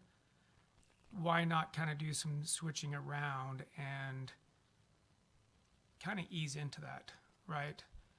Kind of around the existing neighborhoods, if it's feasible to do something more of the single dwelling, and then as they move in there, they have a better idea of what's to come, because they'll look and go, oh yeah, now we're going to have, instead of medium high, maybe a medium housing in this. And that mouse really takes off. It's like moving this to like a medium low and then doing like a medium here. You see what I'm saying? Like, just try to accommodate the existing neighborhoods as much as possible. Is that kind of out of line to ask that, or? Not out of line. It's a fine line that you balance between allowing affordable housing to come in, and as property becomes more scarce, the only way to allow younger people, younger families to afford housing ends up being you have to go up instead of out. And we have limited resources and limited water supply and this type of thing. And so we have to take all of those things in consideration, as well as protecting your investment. Right. And, not putting a 5-story apartment behind your home. Right. So those are all things that we have to consider in the growth of the city. Okay. I hope that answers your question. No, it definitely does. I understand there's a lot of It's reasons. a fine line, and that's why we love these for you to come up and be able in a public forum, give us your comments so that we can truly take those in consideration as we go with recommendations to the city council for them to be able to make the right decisions for the whole city. Right, and based upon that, you see that there's a lot of medium low. I mean, if you look at all the yellow there, and see all that yellow is in areas that it's not developed at all. And those are in areas that are gonna be bordering commercial, down in there towards like the Lowe's and the Walmarts and areas like that. And if you look even a little bit more to the east, you see much taller condos, high-rise condos that are existing. They're brand new now, but they're going to be existing. And so you pack in all this yellow down around those areas, but it's not a matter of saying, look, I want a giant park in my backyard, because that's not the ask. I mean, the ask is like, okay, can we try to ease into these taller? As I said Yeah, before, I think and that is the hope. Yeah. that's and that- taken in consideration as we go forward. It's not, like Josh said, this is a 30,000-foot Right. level. Right. We're not saying we're gonna come in and build a 5-story apartment Right. in this area. A lot of that is medium low, so it's gonna be family dwellings, just like you have, and those type of things. So, you'll have an opportunity to come back to the planning commission and say, when this gets dialed in with more specifics, and say, is there something we can do here so that it doesn't have such a negative impact on where we live? Right. And they do, so if you'll look and see like housing medium high, the dark teal, they create the transition so it's not, low, medium low, right up against medium high. They put the orange medium in there to help transition. And so in that specific area that you were mentioning, where there's the medium high that's right on 1600, I think the intent is that to have a higher density along that road so that there's, easier access. They don't have a lot of people going on smaller roads. They're fed from that larger road. But they don't want to have yellow, the light yellow right next to that, because then you do have people who have, single family homes and then, a multifamily apartment building or something. And so they put that orange medium in there to help step it up. And so in that specific area, I think the idea is, the reason that they don't have more yellow is because that having that high density or that medium high on 1600 is better for like traffic flow and in and out access. Yeah, and I can appreciate that. Yeah.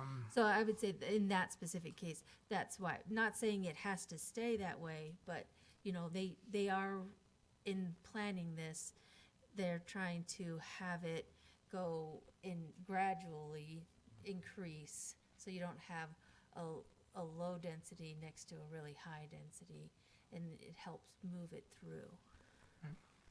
Well, at least they'll know what they're getting if they build there, right? Well, the other thing I would add is, we appreciate you coming up, first of all, because the reason we're starting this conversation so early is so that we don't end up Yeah. with problems like we had in other areas. Just say. And that's why we're here. Yeah, and so I know appreciate you coming up and all of you coming up and making these comments, because it gives us food for thought.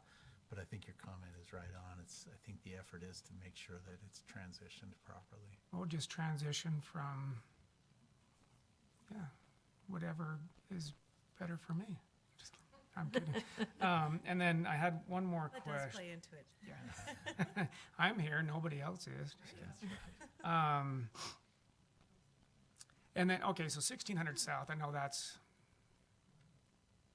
still kind of in the works, obviously, but my main concern is it's gonna bottleneck really bad once you get to the main street, or what is that, 89 or? Talking about the eastern edge. Yeah, because what's gonna happen is, once you get to this intersection here, it kicks all that traffic down to that Evergreen Road, and that's actually in pretty rough shape as it sits. Is there, and obviously this is probably not even even being considered, but it's like, why not go at this project in opposite? It's probably way too far gone at this point, but start the project from the other main thoroughfare that's going into Mapleton and work your way towards the freeway so that you don't have that, that bottlenecking. Obviously, it's You could speak to the transportation overview for that area. Yeah, I mean, you're correct. The project as it's currently constituted is the project. The legislature appropriated funding and scoped the study to go from I-15 to SR-51. And no additional work was done beyond that. We all understand that this connection needs to be made through to Mapleton to 1600 North to 89. Last year, the legislature appropriated $40 million to help with the Provo sub consolidation, which is combining those two rail lines that are far apart into one, because we don't need to take a big, long, circuitous, low-grade route to get a steam engine up the canyon anymore. We have big, diesel electrics that can do it all by themselves. So in order for that road to go across, we have to get those rail lines next to each other, so we only have to do one bridge, and that we can actually make it with grades.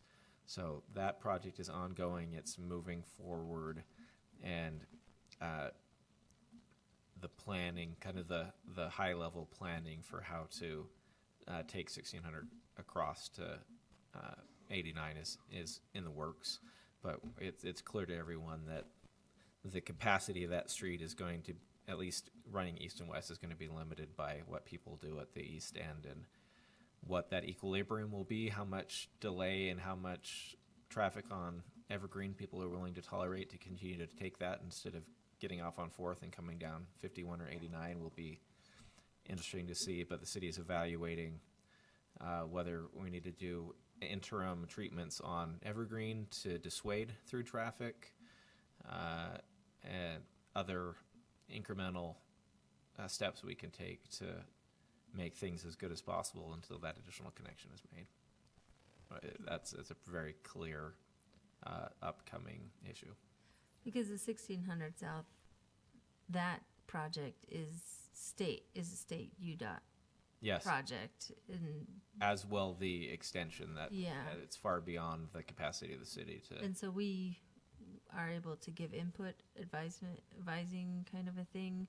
But is it how much does the city get to be involved in that decision making process? In which element of the decision? The extension? The extension, or how they handle getting that up to Mapleton, or is that the city that's going to handle up to Mapleton? The extension, it will be a state project. It will be, because it's connecting state roads to state roads. We are hoping 1600 South eventually becomes a state facility. It's our road right now, but it is being built in such a way that it's up to UDOT standard. We have always a seat at the table when these regional transportation projects are being planned. Our role right now with the project is helping to provide input on specific design elements, engineering issues, and other aspects as we're actually developing the final construction documents for the corridor. The area from the freeway to 1750 West, all those construction documents are done, and that project's ready to get started. They've actually started some billboard and some other relocations there. But the construction drawings, the 100% drawings, are not done for the eastern section. And so we're still working through those collaboratively, determining what betterments the city is willing to contribute to improve the project beyond the standard UDOT spec, and aligning all the intersections and dealing with property access issues and other types of things. So we're pretty heavily involved in the project. Okay, that's good. And then just one last question. Sewer plant, if you're looking at relocating the sewer plant, where is that going?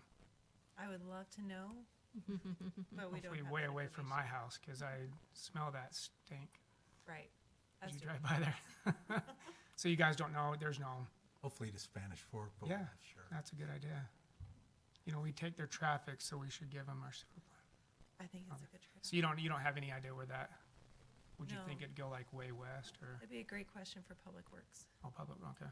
Would they keep the existing one and add an additional, or would they, Also a Try Public to- Works question. There's been no planning aside from people sitting around and thinking about it as to what would happen there. They actually commissioned this year a study on the plant itself to determine truly what its capacity is and what its condition is and its compliance with anticipated upcoming federal and state mandates in terms of treating the effluent. So that will give us a picture as to how much capacity we really have, what upgrades will be necessary to meet standards, and at what point of development we need to increase the hydraulic capacity of the plant. So we'll have more answers on kind of the long-range vision of the plant when that study concludes. But it's only been about, was it 2010 or 2000, maybe 2008, 2007, they did the last major capital project on the plant, and we're still about through paying off the bond for that project. So there hasn't been any serious capital planning for, like Provo has done. How are we going to replace the plant if we need to? okay, thanks. Thank you.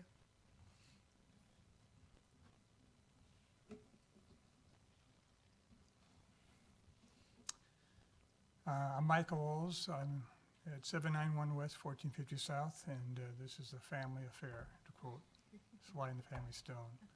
I'm the father. Number one, I want to thank the Planning Commission. You guys have busy lives. You got things going on at home, at work, and you're here to spend time for the community interests, and we really appreciate that.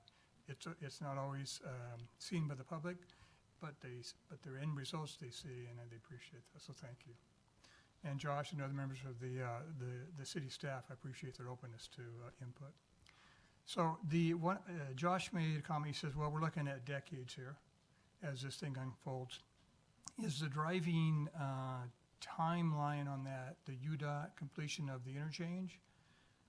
Is that one of the features that is going to drive the project? Besides, you're looking at everything here, but is that something that's has impetus and is kind of ahead of everything, all the other development points? The development community and us are really looking at that. It's so near range that it's something that's already baked in. Essentially, like when the stock market already knows there's going to be a move in a couple months on rates, that kind of gets priced in. It's not a surprise when it happens, and so this is already baked into everybody's plans. Everybody kind of has an idea when it's going to come online. So, while the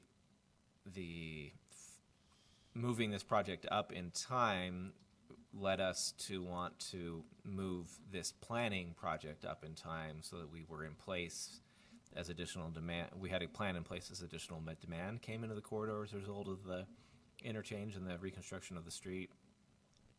I don't see it as much of a critical path item in how the rest of the area develops. I think the market will be a much bigger driver. Anyone who's going to get in the ground to start doing entitlements and civil work right now is going to kind of say, okay, we're going to be open on the interchange in 26 or 27 or on the completed road, and how do I kind of hit that date? So I don't think anybody's waiting around and we're going to see some big reaction to the completion of the interchange. So it's basically from up in a planning timeline, it's already there. Right, and of course, it's going to increase the volume of traffic there, which all of a Right. sudden the numbers come up and commercial people start looking at that, and they see more eyes on their, Right, and those are all things that the the development community already knows and is Right. anticipating. yeah, it's just going to redirect what's on 400 South right now, different flow, more exposure, more opportunity to build out what they would like to be in a position to take advantage of that. The second thing is all this area down here, all this area that you have, they're looking at, they're all under, it's under building codes right now in zones of some kind. I mean, these are, we live right, our house faces that, faces south of that. that's under a building, is it under like commercial right now, or? Oh, or what's is- the current zoning on the property just south Yeah. of your home? Mhm. It's commercial. Okay, commercial, so, but that's up pasture for is zoned debate or change as this project begins to unfold, as its years go by. That's not what the recommended land use is in this plan. This plan Right, recommends correct. that transitions to residential, because we feel it's better to have a transition to a slightly more intense residential than to have the back loading dock of a grocery store right behind Right. your house. Right, So that's what that recommendation is. But as we mentioned previously, this doesn't create any entitlements or change any zoning on the ground. We have to come back and do that later. right. This is the roadmap to doing that. Yeah, this is a 30,000-foot view of what's going on, and all the details come as the time Correct. unfolds or everything like that one. Okay, all right. Well, I do appreciate against the foresight, because we're looking at, everywhere we look, there's things going on. Spanish Fork, you drive down there, and it's like haven't been down there for a day, and all of a sudden it looks completely different. A lot of going on. And yay for them, but I'd like to have some of that stuff in organized fashion for Springville. Another thing of educational point for me, cities in the state of Utah, are they under a legislative SB, Senate bill, whatever number, about affordable housing? Is there some kind of a requirement inside the city, a certain percentage of new builds have to be affordable? I don't know what the qualifications would be for affordable. That would dictate some more density in terms of single family. You're going to go to housing medium, maybe housing high. That is coming externally from the legislature down to all cities that have to address the problem with affordable housing. We do have a plan that we are required to have in place, which we have reviewed a few times in the last year, 2 years. Every And, year. Yeah. Yeah. And They won't let it settle long enough to see how it actually works, so we've just Yeah. been redoing it every year. So, yeah, that is a State state requirement. Yeah. mandate. Yeah. that Yeah, I we- mean, there is something, I've been hearing, if there is a state requirement that's in context with this, the Yeah, state they code. they don't mandate any specific outcome. Like you have to have 20% housing that's available to people that make 80% or less than the area median income. What the state law currently says, which is obviously subject to change, is that there is a menu of strategies that are available for cities to select, and cities must select a certain number of those strategies, develop an implementation plan for those, and then report on a yearly basis on what progress the city has made, what barriers it has seen, and if it hasn't made progress, why, and compliance with that plan and the reporting requirements with it. A lot of state funding hinges on those things. So while they don't tell us you have to do X, they say, here you've got A through F, and you need to pick 4 of those, and you need to tell us what you're doing to make it happen. And one of the underlying fundamentals is the incentive for funding. Yeah, we State- may state take all money. your road funding away if you Right. don't. Yeah. They may take all of our local You leave road money on the funding. table, as they say. Yes. Yeah, okay.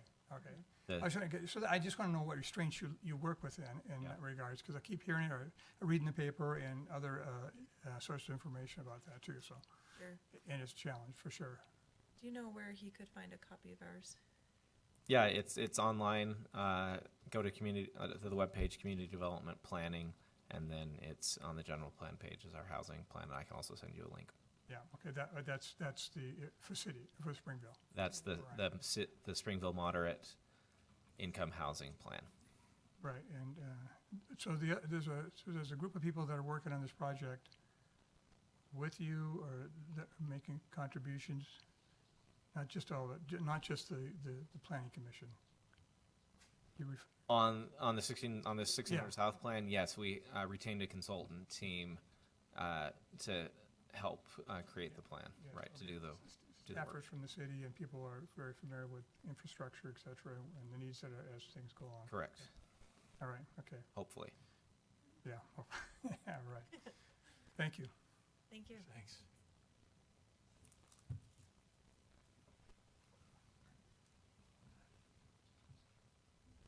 Mindy Wright, 853 East, 1000 South. So, they think that this might be finished in 2026, 2027 for the 1600 South. So my question is, what are our plans for, the traffic that's gonna increase there, that's gonna be going other places? Are we thinking about that? Is that in some type of next step for us? Or, because I will just say, I lived in this Sunrise Ridge, and that Evergreen Road narrows in between the two sets of railroad tracks. There's no sidewalks, it's just a 2-lane, very narrow. People have died on that road. So I just know that all my friends are gonna say, they're gonna have so much traffic coming through there after 2026, 2027. And I wanna be able to give them an idea of that it's gonna be looked at. Yes. Okay, but not till after or before No, 2020? as I was mentioning before, the city's actively aware of what's. It's not a surprise to anyone or in question that that's going to happen, and so the city is evaluating what things we can do in the interim as we wait for the state to move forward with the real connection. And Public Works is working on strategies to improve the street or to institute traffic calming measures to really make it uncomfortable for people to use it as a pass-through, to try to keep 20,000 people from driving through there every day. So I can't tell you any specific measures, but I can assure you that our Public Works, our engineering department, is working systematically to address those, especially like as you mentioned between the tracks. That's not actually even in the city, so that's the county street. That is a county road. That's a right? county. Well, in between the railroad, it's In between the railroads. it's a county road. But then the other side. Each side of it is our street. Well, okay. So we have so- to work with the county to. Yes. You didn't know what you're running for, did you? Well, and then I have a question. I feel like a lot of the people that will be using the exit will be Mapleton citizens. And I was just wondering, are we gonna work with Mapleton to try to, I don't know, help pay for some of those improvements for those accesses? I don't know that that's part of the conversation, but we have met and continue to meet with Mapleton to coordinate making the connections that will facilitate good traffic flow through and between the cities, all the way from the east at Bartholomew all the way around to this area. And we've planned stub streets in Sunrise Ridge, and we've planned other connections to make that work well. Something that may be of little comfort to people in that area is that the traffic modeling, which disclosure is a complete black box and who knows, says that there's not going to be a huge move in people going to Mapleton from 400 South to 1600 South until that connection gets made. Because it's still going to be faster for people coming to the north to get off at 4th, go south on Main and get on 89, than come across 16th and try to get through and over to 89. All right, well, that answers my questions. But that little piece between the railroad tracks is county road, and so you would have to work with another entity to try to Right. figure out something. And they're working on that. And that's through Public Works? Yes. Okay, excellent, thank you. Thanks.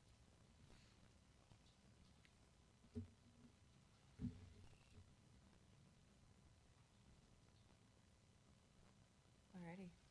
Do we have a Not motion? seeing anyone else coming up to the podium, I move to close the public hearing. I second. All in favor? Aye. Aye. Okay, so as we've heard from staff, this isn't really intended for us to take any final action on it tonight. Is there any additional feedback or questions from the commission for staff before we go to a motion of continuance? I do think a lot of good comments and questions came out tonight. Yeah. Mhm. We got to make sure that, hopefully we're following up as a staff on the comments that are made. Yeah, it'll be very interesting to watch this develop, and I can't wait to see what those actual numbers are.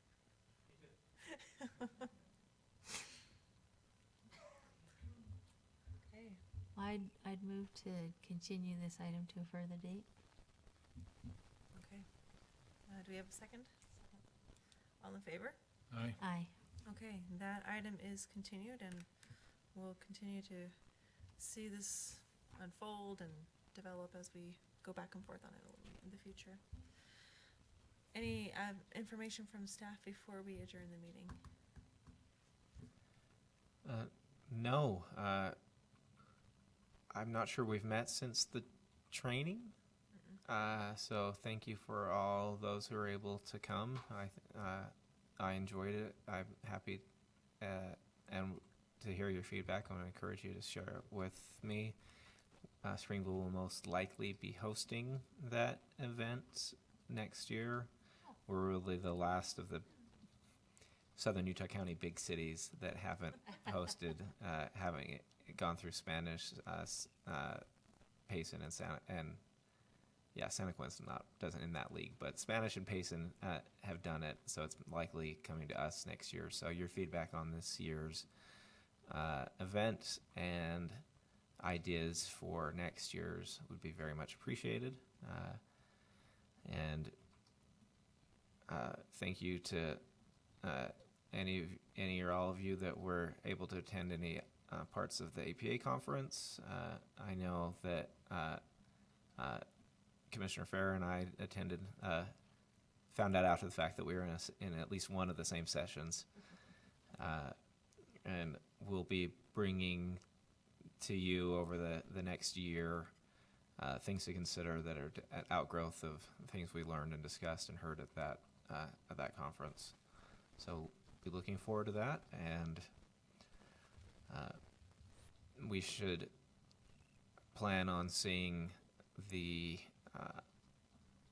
Allens Block or the CCA Springville mixed use project come back to you on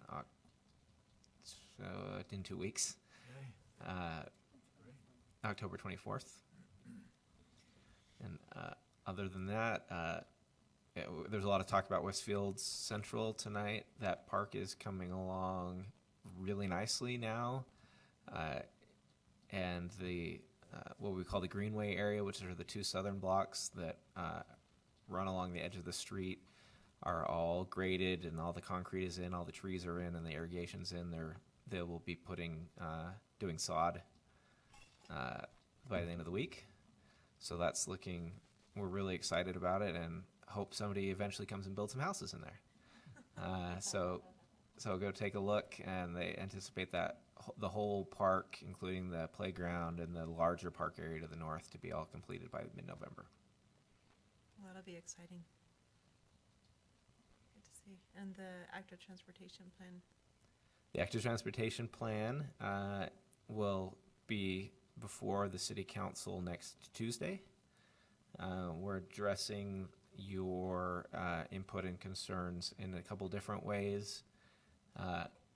Some of the elements, like the public participation and public outreach for each project, we're dealing with that in the adoption ordinance and directing staff, or the council will be directing staff through that resolution to develop a policy and bring that back to the council to handle that element. And then those the safety and the education elements we're adding into the policy recommendations in line with the memo that we shared with you.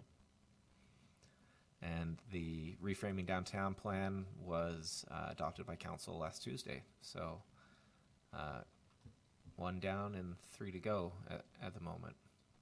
And we're just, the consultant has been selected for the Main Street North Gateway plan from 400 north to the north boundary. And we're going to kick that off in the next few weeks. Okay. Well, that'll be interesting to see that one go forward. We're excited.